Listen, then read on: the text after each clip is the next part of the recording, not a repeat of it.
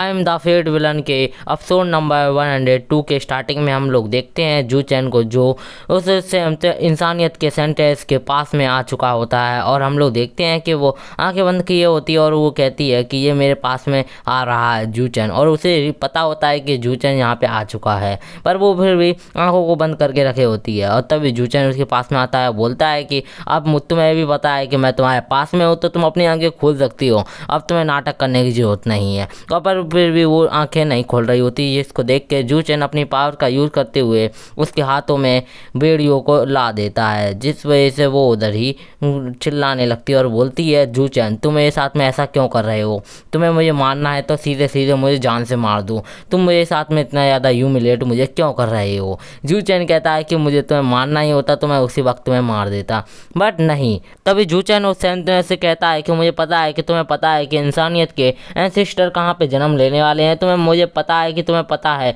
तुम जल्दी से मुझे बता दो तो तुम्हें मैं आज़ाद कर दूंगा, मैं तुम्हें यहाँ से जाने दूंगा अगर तुम उनकी लोकेशन को मुझे बता देती हो। और ये बात को सुन के वो कहती है कि 1 मिनट रुको, इसके बारे में मुझे भी नहीं मालूम, तो मैं तुम्हें कैसे बता सकती हो? और ये बात को सुन के जू चैन कहता है कि आखिरकार तुम्हें नहीं मालूम तो ऐसा कैसे हो सकता है कि इंसानियत के एक सेंटनेस को इसके बारे में नहीं पता कि इंसानियत के एंसेस्टर कहाँ पे रिबॉर्न होने वाले हैं, इसके बारे में तो तुम्हें ज़रूर से पता होना चाहिए। सेंटनेस बोलती है कि मुझे नहीं मालूम किया इंसानियत के एंसेस्टर कहाँ पे जन्म लेने वाले हैं। फिर जू चैन बोलता है कि मुझे मालूम था कि तुम्हें शायद नहीं पता होगा, इसलिए मैंने उसका पहले ही पता लगा लिया है कि कहाँ पे इंसानियत के एंसेस्टर जन्म लेने वाले हैं। फिर वो बोलता है कि मैं तुमसे पूछ के कंफर्म करना चाहता था कि तुम्हें मालूम है, तो मैं उनकी लोकेशन को जल्दी से ढूंढ के उन्हें जल्दी से वहाँ पे मार दूँ। इसको बात सुन के वो बहुत ही ज़्यादा शौक हो चुकी होती है और बोलती है कि नहीं, तुम उनको कैसे हरा सकते हो, तुम तो उनके हाथों मारे आने वाले हो, डेस्टिनी में तो यही है। फिर जू चैन को देखते हैं जो सेंटेंस का मुंह पकड़ने के लिए आगे बढ़ता है, पर हम लोग देखते हैं कि वो उसका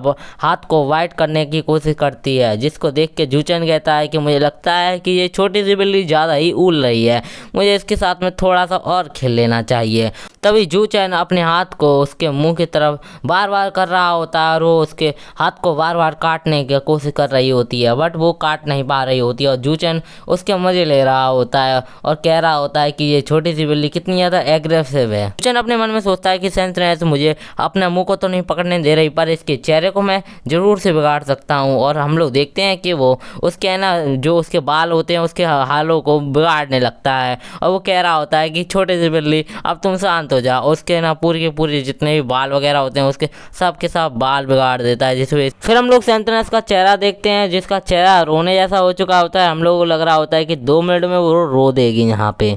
जू चैन बोलता है, अब तुम मेरे किसी भी काम के नहीं हो, बट मैं तुम्हारा यूज़ इंसानियत के एंसेस्टर के हॉल के खिलाफ ज़रूर कर सकता हूँ, एक टूल के तरह। और वो सोचती है कि एक टूल, हाँ। जू चैन की ये बात सुन के उसको कुछ याद आता है और हम लोग देखते हैं कि सेंटेंस अपने डिसाइबल के साथ में कल्टीवेट कर रही होती है और बोल रही होती है कि अब तुम खड़े क्यों हो गई, अब चलो कल्टीवेट करते हैं। तभी वो बोलती है कि नहीं, कितना ज़्यादा बोरिंग है ना कि दिन ब दिन हम लोग कल्टीवेट ही करते रहते हैं और बिना कोई मतलब कि आराम के। और वो बोलती है कितना ज़्यादा बोरिंग है ना, और वो यहाँ से जाते हुए कहती है कि मैं जा रही हूँ घूमने के लिए। तभी वो अपने डिसाइबल से कहती है कि तुम यहाँ पर जा नहीं सकती, तुम जल्दी से वापस आओ।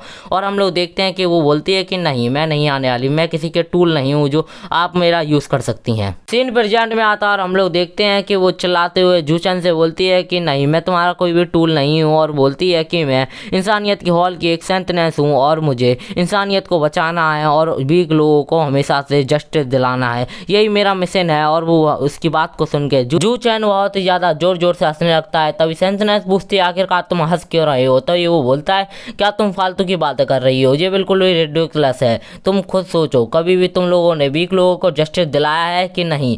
तुम लोगों की सिर्फ ये खोखली बातें हैं कि तुम लोग वीक लोगों को प्रोटेक्ट करना चाहते हो, तुम सिर्फ है ना अपने फायदे के लिए कुछ भी कमजोर लोगों का हमेशा से ही यूज़ करते आए हो और लोगों से कुत्तों की तरह काम कराते हो, और उनका जब उनकी मदद करने की बारी आती है तो इंसानियत के हॉल के एंसेस्टर के जितने भी लोग होते हैं वो सब के सब पीछे हट जाते हैं। तुम लोग गरीब लोगों की जमीन को हड़प लेते हो और जबरदस्ती उन लोगों से छीन लेते हो उनकी जमीन जो नहीं देते। जूचन की ये सारी की सारी बातें सुनने के बाद में उसके पास में कुछ भी बोलने के लिए नहीं बचा होता और वो बिल्कुल ही एक पुतले की तरह उसकी बातें सुन रही होती है। और तभी वहाँ से जूचन जाने लगता है और बोलता है कि तुम अपना ध्यान रखना और अपने आप को मारने का ट्राई मत करना। और हम लोग देखते हैं कि वो जूचन वहाँ से जा चुका होता है और वो सोचने लगती है कि आखिरकार सही और गलत है क्या, और मतलब कि डेमोनिक पाथ और डाउस पाथ में क्या डिफरेंस है, मतलब कि जो मतलब कि गलत सही है क्या। और वो सोचती है कि नहीं, जो कुछ भी जूचन ने बोला है वो बिल्कुल भी सच नहीं हो सकता, और अपने आप को बोल रही होती है कि नहीं, ये बिल्कुल भी सच नहीं हो सकता कि हम लोग ऐसा करते हैं। सीन शिफ्ट होता है और हमें दिखाया जाता है रोल के सोन डोमेन के अंदर, जहाँ पे ताओसू सेक्ट के जितने भी वहाँ पे डिसाइपल्स होते हैं वो सब के सब भाग के और उसके मेन होल में जा रहे होते हैं और बोल रहे होते हैं कि हम लोगों को एल्डर और समझते कहते जो लीडर है, सेक्ट लीडर, उन्होंने एक जगह पे इकट्ठा होने के लिए बोला है। और हम लोग देखते हैं उन्हीं के बीच में एक बंदा खड़ा होता है और वो अपने मन में बोलता है कि मुझे पता है कि ताओसू सेक्ट और डिवाइन इमोर्टल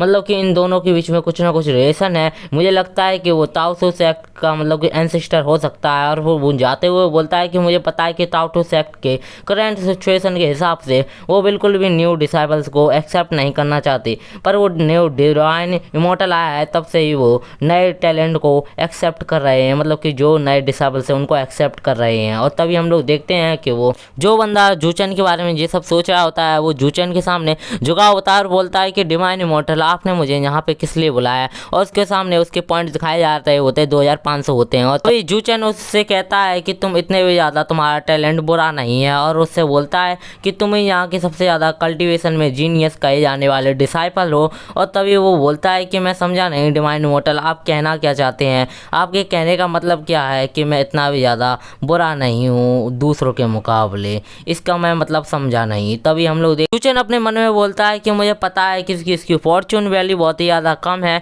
बहुत ज़्यादा दूसरों चूजन बन के अब मुकाबले। और वो बोलता है कि पर ये ठीक है, मुझे पता है कि ये बिल्कुल भी इंसानियत का एंसेस्टर नहीं हो सकता। और वो बोलता है कि रोल के हिसाब से ये इतना भी बुरा नहीं है। और वो बोलता है कि चलो ठीक है। शिफ्ट होता है तेंची रेलम के हेवनली डोमेन के अंदर, जहाँ पे बहुत सारे जो कल्टीवेट नहीं कर पाते होते ये लोग, उन लोगों से काम कराया जा रहा होता है और लोग बहुत ही ज़्यादा कमज़ोर होते हैं और लोगों को मारा जा रहा होता है और बोल रहा होता है कि जल्दी से काम कर, नहीं तो मैं तुम्हें यहीं पे जान से मार दूंगा। और जहीं पे दूसरी तरफ बोल रहा होता है एक बंदा कि सर मुझे प्लीज़ जाने दीजिए यहाँ से। और तभी हम लोग देखते हैं कि वो लोग बहुत ही ज़्यादा उन लोगों को टॉर्चर किया जा रहा होता है जो लोग काम नहीं कर रहे होते, और वो लोग बोल रहे होते हैं कि आखिरकार हमारे साथ में ऐसा क्यों हो रहा है। फिर सीन शिफ्ट होता है, वहाँ पे हम लोग कुछ कल्टिवेटर्स को देखते हैं जो बोल रहे होते हैं ग्रीन गोस्ट, आपके कहने के अनुसार हमने जितने भी यहाँ पे गाँव के लोग थे जो कल्टिवेट नहीं कर सकते थे उन लोगों को यहाँ पे इकट्ठा करके यहाँ पे ला दिया है। और तभी वो हंसते हुए कहता है कि हाँ, अब जो हमारा काम जल्दी जल्दी कर देंगे, सही काम कल चलता रहा तो हमारा डिवाइन रोड है वो जल्दी ही बन के तैयार हो जाएगा। और तभी हम लोग देखते हैं कि वो बंदा बोलता है कि वैसे आपने कहा था वैसे हम लोगों ने कर दिया है, जिसकी वजह से आप हमें ज़रूर से सपोर्ट करेंगे, हमें पता है कि वेदर ग्रीन गोस्ट ऊपर अपर वर्ल्ड से आए हैं। तो वो बोलता है कि मुझे पता है कि अब तुम लोग क्या चाहते हो, तुम लोग चाहते हो कि मैं तुम्हारे सेक्ट को सपोर्ट करूं। और वो बोलता है कि हाँ, मैं तुम्हारे सेक्ट को सपोर्ट करूंगा अगर डिवाइन रोड बनने के बाद में जहाँ पे जितने भी यहाँ पे इमोर्टल्स हैं हम लोग उनको चुन चुन के मारेंगे जो भी डीमंस पे अटैक करने के लिए आते हैं और डीमंस को किल करने के लिए आते हैं। और वो हंसते हुए ये सब कह रहा होता है। तभी हम लोग देखते हैं कि वो ग्रीन गोस्ट की नज़र एक लड़के पे जाती है जो नीचे काम कर रहा होता है। ग्रीन गोस्ट बोलता है कि मुझे लगता है कि वो बहुत ही ज़्यादा स्ट्रांग है क्योंकि वो दूसरे लोगों से ज़्यादा काम कर रहा है, ऊपर से उसकी हेल्थ ख़राब है, बट वो दूसरे लोगों से भी ज़्यादा अच्छे से काम कर पा रहा है उसकी हेल्थ ख़राब होने के बाद में। ऐसा लग रहा है कि वो एक जीनियस है। तो वो बोलता है कि हाँ, लगता है कि वो बच्चा बहुत ही ज़्यादा पावरफुल हो सकता है अगर हम लोग उसको कल्टीवेशन सिखाएं, और उसकी मदद से हम लोग गाँव वालों को भी कंट्रोल कर सकते हैं। और हम लोग देखते हैं कि वो एक पत्थर को तोड़ रहा होता है। बंदा अपने मन में बोलता है कि मैं मर नहीं सकता, मुझे जिंदा रहना होगा, मुझे अपने गाँव वापस जाना है। और बोलता है कि मेरी गाँव में छोटी बहन है जो मेरा इंतज़ार कर रही है, जो मेरा बिना बिल्कुल भी रह नहीं सकती। और वो बोलता है कि मेरे एक बूढ़ी दादी माँ है जो मेरे बिना केयर के जिंदा नहीं रह पाएंगी और वो जल्दी ही मारी जाएंगी अगर मैं जाता नहीं हूँ। और बताता है वो यहाँ पे कैसे फंसा, और वो बोल रहा होता है कि यहाँ पे जो ग्रीन हेयर वाला जो बंदा था वो मेरे पास में आया और उसने बोला कि वो उसको फ्री में कल्टीवेशन सिखाएगा